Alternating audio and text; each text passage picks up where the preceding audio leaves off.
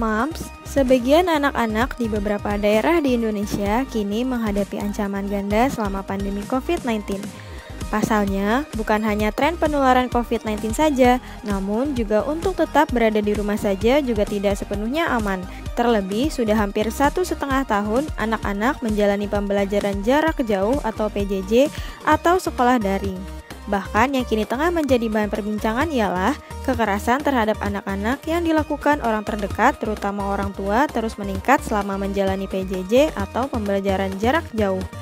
Melansir dari kompas.com, menurut data yang dihimpun dari Sistem Informasi Online Perlindungan Perempuan dan Anak atau Simfoni PPA, dari tanggal 1 Januari 2020 hingga 23 September 2020 silam, menunjukkan bahwa kasus kekerasan terhadap anak atau KIA di Indonesia sebanyak 5.697 kasus dengan 6.315 korban.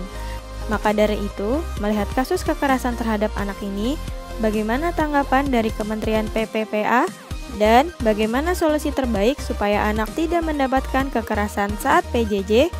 Yuk saksikan wawancaranya. Jangan lupa untuk like dan komen videonya serta subscribe YouTube Nakita Channel.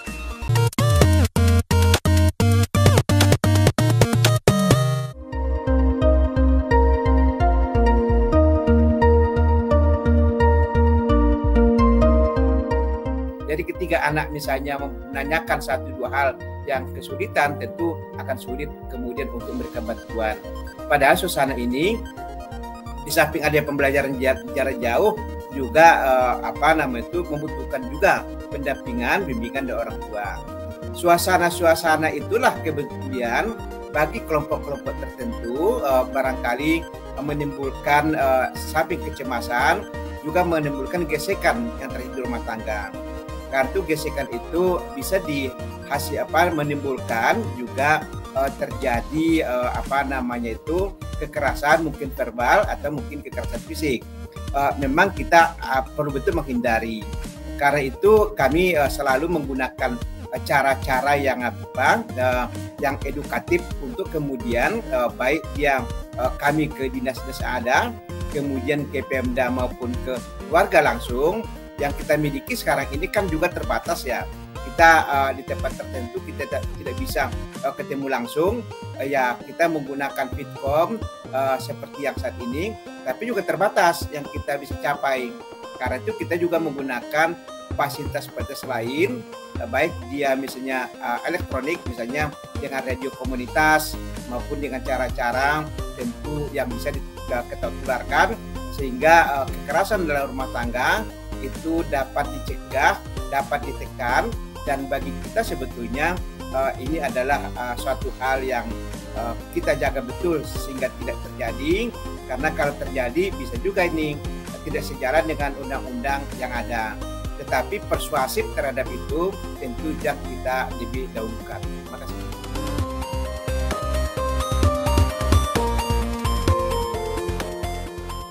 Bidang pencegahan selain edukasi tadi melalui virtual ya, atau melalui elektronik ataupun melalui cara yang kemudian dapat menjangkau sasaran, kita juga kan memiliki puspaga ya, pusat pembelajaran keluarga, di mana para psikolog juga berada di sana walaupun ini belum merata, tapi paling tidak ada tempat bertanya, dan juga kan online service-nya kan juga ada pada masing-masing puspaga itu. Jadi ini barangkali satu cara bagi kita untuk kemudian kita masuk ke bidang itu.